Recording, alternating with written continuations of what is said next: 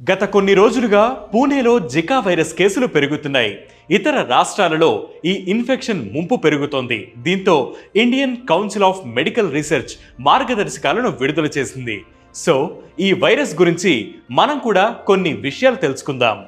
Aedes అనే దోమ కుట్టడం ద్వారా జికా వైరస్ వ్యాపిస్తుంది. డెంగ్యూ, చికెన్ గున్యాకు కారణం కూడా ఇదే దోమ.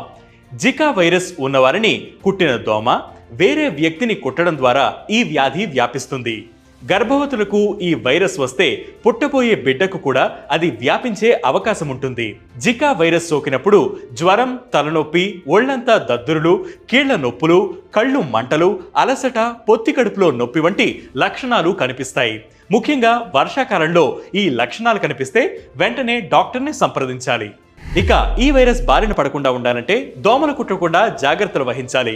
ఇంటి తలుపులు, కిటికీలకు తప్పకుండా మెష్ ఉండేలా చూసుకోండి. ఇంటి పరిసరాలను పరిశుభ్రంగా ఉంచుకోండి. చెత్త ఎప్పటికప్పుడు బయట పారేయండి. ఎక్కడా నీటి నిల్వలు ఉండకూడదు. వైరస్ సోకిన వారితో సోషల్ డిస్టెన్స్ మెయింటైన్ చేయండి. సాధ్యమైనంత వరకు వేడి నీళ్లను తాగడానికి ప్రయత్నం చేయండి. ప్రస్తుతం ఈ వైరస్ కు టీకా లేదు కాబట్టి ఖచ్చితంగా జాగ్రత్తలు తీసుకోండి. ఇలాంటి హెల్త్ వీడియోస్ మరియు హెల్త్ టిప్స్ కోసం వెంటనే వే2న్యూస్ యూట్యూబ్ ఛానల్ ని సబ్స్క్రైబ్ చేయండి. దాంతోపాటు వే2న్యూస్ యాప్ ని ఫ్లిప్ చేయండి.